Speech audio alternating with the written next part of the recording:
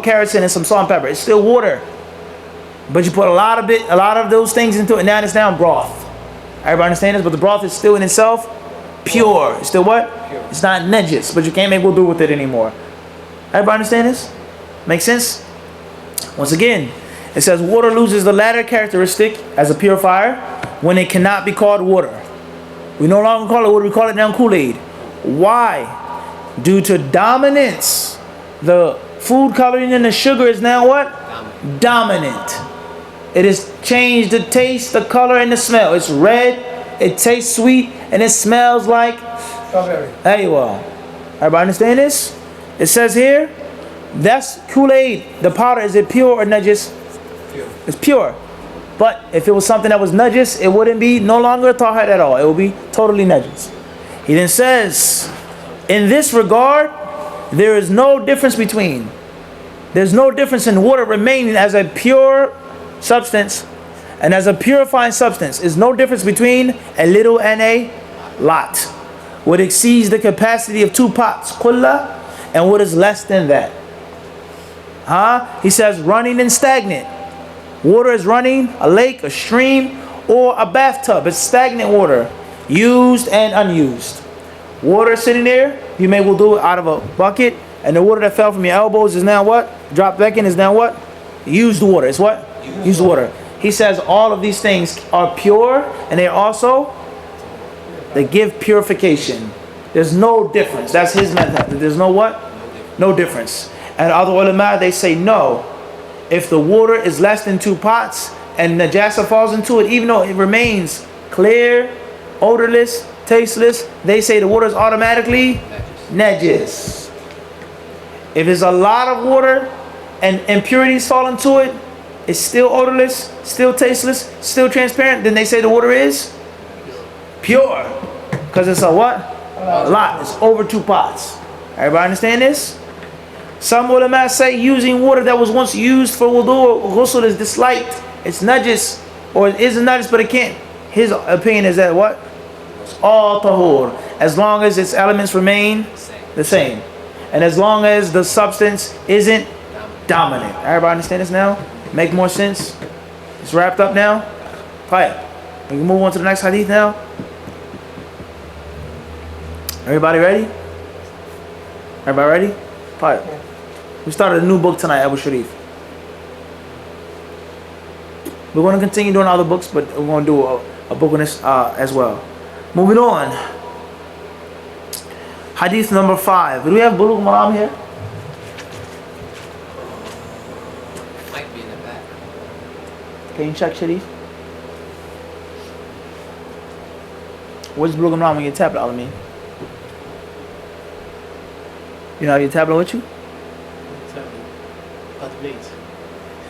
Sheikh Matt, huh? Checkmate. Tired. You gotta have your tablet. If or not, at least carry the books. Before I carried the tablet around, I used to carry book. Now the tablet. With no excuse, one of the two. Either the book or you should have known I was doing this on this class night. You should have known. You should have somehow felt it. Allah knows best. So I will say on camera for now. Tired. And they say that's all we'll say. It says all we'll say on what? On camera. Yeah, that's on camera. There you go. Khair, inshallah. Moving on. You see, Sharif? Allahu Akbar. Yes. That sounds like normal price, especially nowadays. Yeah. Little Marjan is on what? Tuesday and Thursday. So we gotta get Bulughul-Maram for Saturday. Yes. Tight. 1 or 2 volumes. It's 1 volume. I have the PDF. You get the PDF as well too. Put on my iPad. That's right. Tight. Yalla Sharif.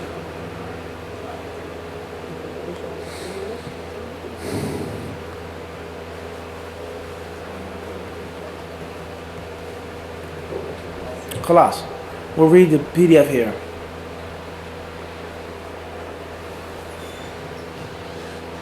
Says in Arabic number 5, but in English hadith number 6, it states,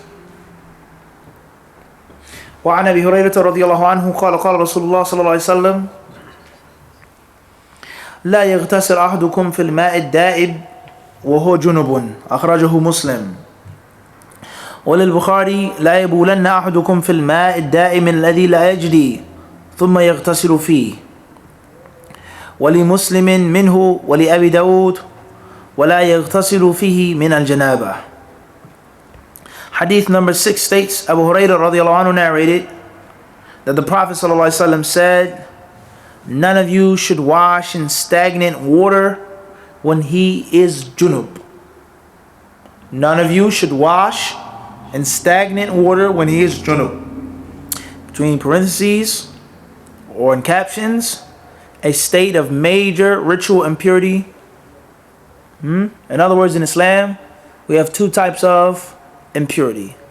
A word called hadith. We have, which is called hadith akbar and hadith asghar, which means major ritual impurity and minor ritual impurity. We said ritual, not physical. So we're talking about what? Metaphysical cleanliness or defilement. Everybody understand this? The first type, hadith akbar, major ritual impurity, comes from one of the following things. Janaba, when a person is junub. And what's meant by junub is what? Sexual relations. And not necessarily a person, not necessarily things leaving his body. It's not a condition that a person reach his or her climax. Semen leaves the man's body or not. But if a man enters his wife for 1 second, he's officially junub, and she is also junub. Everybody understand this? Let alone if he or she reaches their climax. Everybody understand this? This is important for us to understand this in our religion. Some brothers, they may feel, I was with my wife, but I got up, I had an emergency phone call, I left the house, I don't have to make a ghusl. That's incorrect. And those hadith are going to be mentioned in the book as well. Everybody understand this? There's a hadith that's going to come that states, Al-ma'u min al-ma'. Water is because of water. Water is because of what? Water. In other words, the water of ghusl is only mandatory after the water left your body.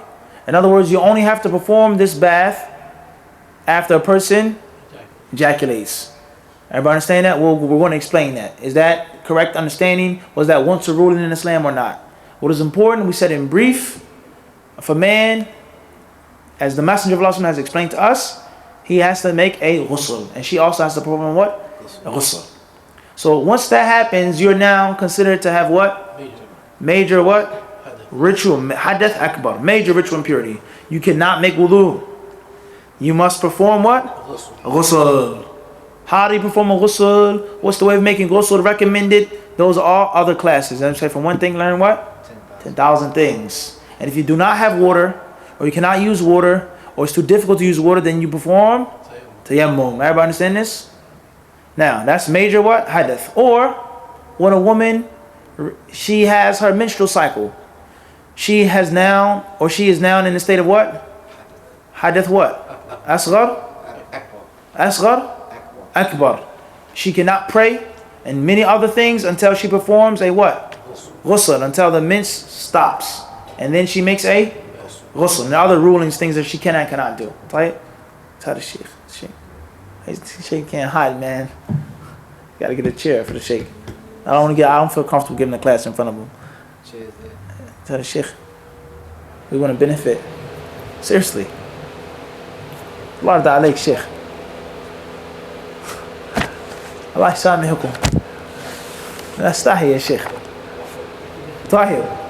We say what? Yani, from the etiquettes, as we've said many times before in many classes, from the things that we've learned in the Prophet ﷺ city, from the etiquettes of a disciple of Hadith, is that he should not speak in the presence of someone who's more learned than him and someone who's also older than him. Everybody understand this? It's not from the best etiquettes. This is not trying to flatter the sheikh or anything like this. The haqq is the haqq. We give everybody their haqq. and these are things that we've learned, is that from the etiquettes of a student of hadith, even they say even a scholar of hadith, who's muhaddith, if someone is better than him in knowledge, in age, then he should not speak in his presence. And the sheikh, he knows it's better than me. Right? Except with his permission. Huh? Except with his permission. Well, we didn't say it's haram, it's not best. Right. Let's move on. So, when a woman has her menses, it is what? Major hadith. And the only thing that can remove that major hadith is a ritual bath. And in the case of she's unable to use water, then she performs the tayammum. For anything, salah, entering the masjid, touching the mushaf, having relations with her husband, those are other issues of fiqh. From one thing, learn what? 10,000. Now, if a person sleeps, Sharif, you sleep for 6 hours, you snore, you slobber, you dream, you hit the snooze button 3 or 4 times, you wake up, it's time to make tahajjud or fajr. What do you have to do before you pray? Why? I was unconscious. You was in deep sleep, which means that you had a type of ritual what? Impurity. Major or minor? He has to make a ghusl before he can pray? Only thing he has to do is make what? Wudu. In other words, his wudu or his ritual impurity, it was broken. Was something major or minor?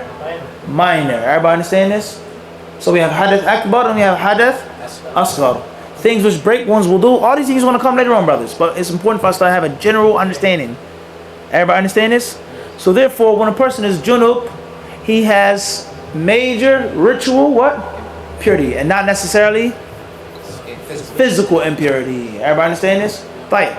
So this hadith number 6 tells us, we didn't get into the explanation of it yet, but it shows us, is that the Messenger of Allah says, when a man and also when a woman is in this state, they should not take a bath in stagnant water. In other words, if the water is running, then it's okay. But if the water is still, then he should not what? Everybody understand this? Now, there's another version of this hadith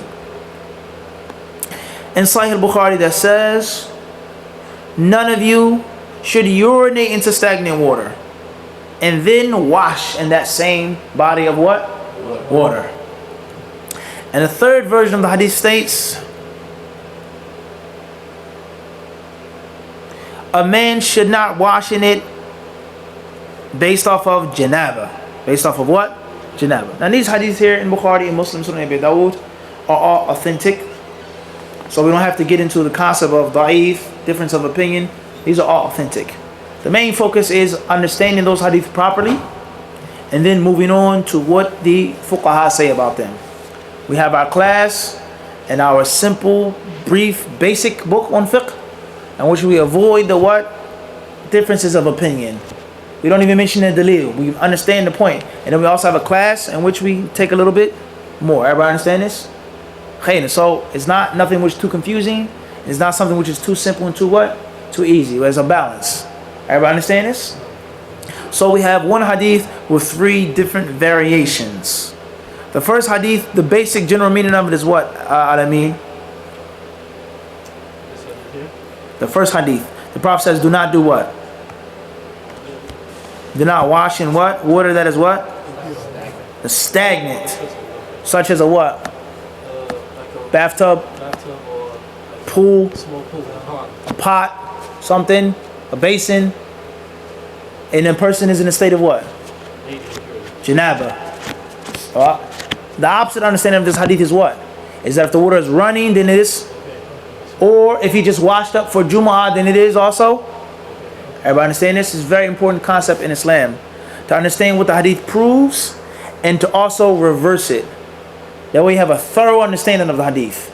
The hadith explicitly tells us something, and it indirectly tells us the opposite. Everybody understand this? Tells the what? The opposite. The hadith says, Al-Muslimu man salima al-Muslimuna min lisanihi wa yadihi. The Prophet says the Muslim is the one from whom the Muslims are safe from his what? Tongue and his hands. The Prophet is explicitly telling us who a Muslim is. The opposite understanding of hadith is what? Those people, the Muslims fear from their tongues and their hands are not Muslims. Everybody understand this? True Muslim, this and that, the concept. Everybody understand this? And it's very important, I mean, that you always do this when you have a hadith. What the hadith is explicitly telling you, and also what the hadith is what? Inexplicitly telling you. The hadith, another example, just an example. It says, Izratul mu'min ila nisfi saqi. The hadith, أو كما قال عليه الصلاة والسلام, he says the izar. Izratul mu'min, the izar of the believer is at what? Aywa, his shank. The Prophet is explicitly telling us that it's virtuous, not necessarily mandatory, but virtuous to have the izar where? At the shank. The opposite of understanding of the hadith is that it isn't so virtuous to have the izar. Everybody understand this? Every hadith that you get, sit down, shake, go home, take 10 hadiths. Make sure that you properly understand what they are explicitly telling you, and then do what?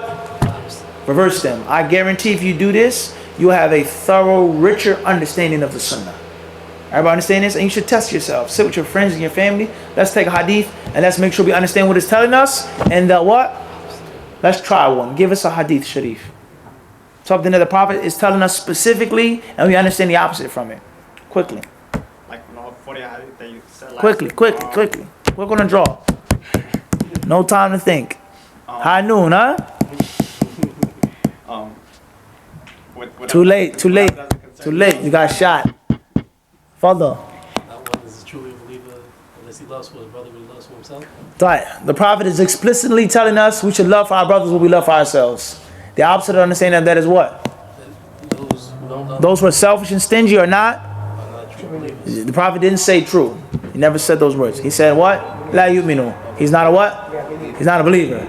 Does this mean we make takfir upon him? Doesn't mean that. But that's not taken directly from that hadith. Everybody understand this? Fine, Abu Sa'id, fadl. Quick. Now you next, Sheikh, so get it ready right now. Fadl. Adina nasiha. The Prophet is explicitly telling us to do what? Give advice. And more importantly, Abu Sa'id, to be sincere and to be transparent. Before giving advice is to be what? Transparent. Don't be two-faced to your brother. Don't shake his hand, hug him, and then have malice in your heart against him, or envy and jealousy. Let alone giving him advice when he needs what? Advice. And then let the advice be sincere. The opposite of that hadith is what? Those who have two faces are not upon the the deen. Ad-deen al-nasiha. Those two-faced people are not upon the what? Deen. Backbiters are not upon deen. People that are cowardly, who don't give advice when their brothers need advice, they are not upon the deen. Everybody understand this? Bismillah. The Prophet when he wore his pants, above his ankle. Tayyib. And the people who wear the pants under the ankle, out of pride, is not accepted. Tayyib. La bas. Fadal, next. Do not get angry. Do not get angry. The opposite of that hadith is what? Is to keep your cool. It is recommended to do what? Stay calm. Stay cool. The hadith doesn't say don't have emotions. Don't have jealousy for the deen. La taghdab. Regardless of the interpretation of the hadith, but the opposite is to be level-headed, calm, cool, relax, chill, as we say, huh? Chill, relax, akhi. It's not that deep. Just relax. It's gonna be all right. That is from the what? That's the deen. That's the sunnah. Is to be what? Calm person. Right. Hufaz. Now remember, khitamuhu misk. The seal of it is supposed to be what? Musk. This is the nectar. You're sealing the drink now. Bismillah. Be patient. What hadith you got? You know you got just a hadith, Sheikh. He's telling you to be patient. He's working on it. Okay, Tahir, Allahu Akbar. Tahir. We waiting, Sheikh.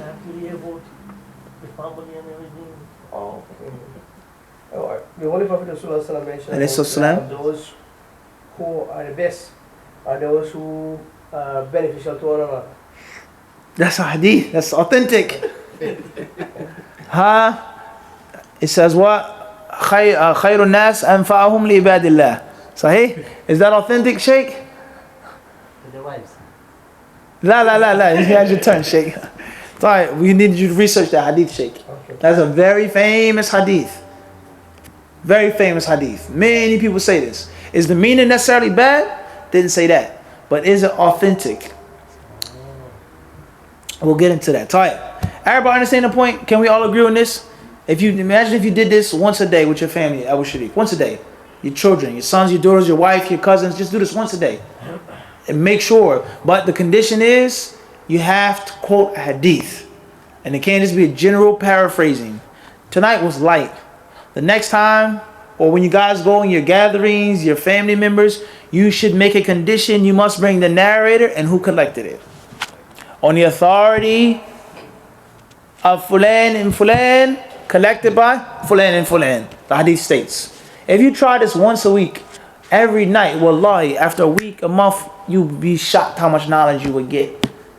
And make it a condition. Listen, Akhi, you can't quote the hadith if you can't tell me who collected it and what? Who narrated it. Everybody understand this? Everybody clear on this? It's very important to raise your level. Everybody clear on this? And yani, some of the ulama of the past, such as Shu'bah ibn Hajjaj, rahimahullah, from the major ulama of Iraq of the 2nd century, and from the founding fathers of the whole entire hadith culture.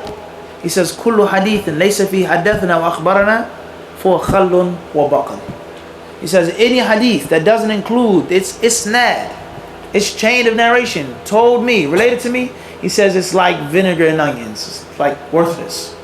In other words, we can water that down a little bit and apply a softer concept, meaning if you can't tell me the companion and who collected it, and then necessarily was sahih or not, just those two, then you can't what?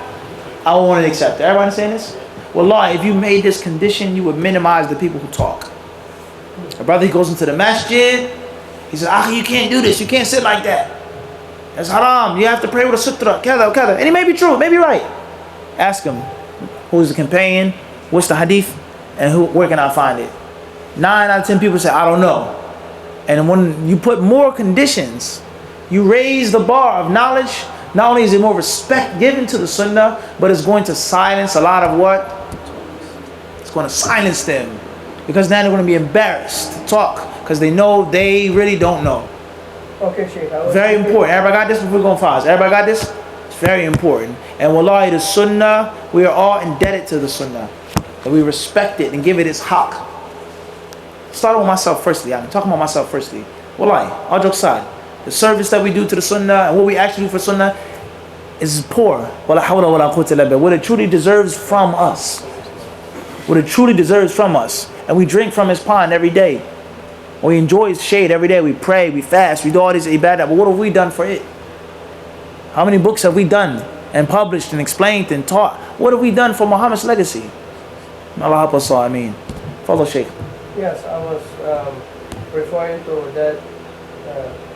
With that hadith of the Holy Prophet, when the lady's child died, and she was very upset, and he told her to be patient. Time. Excellent. When she was crying at the grave, and the Prophet ﷺ, he says what? Be patient and what? Be patient and expect the reward.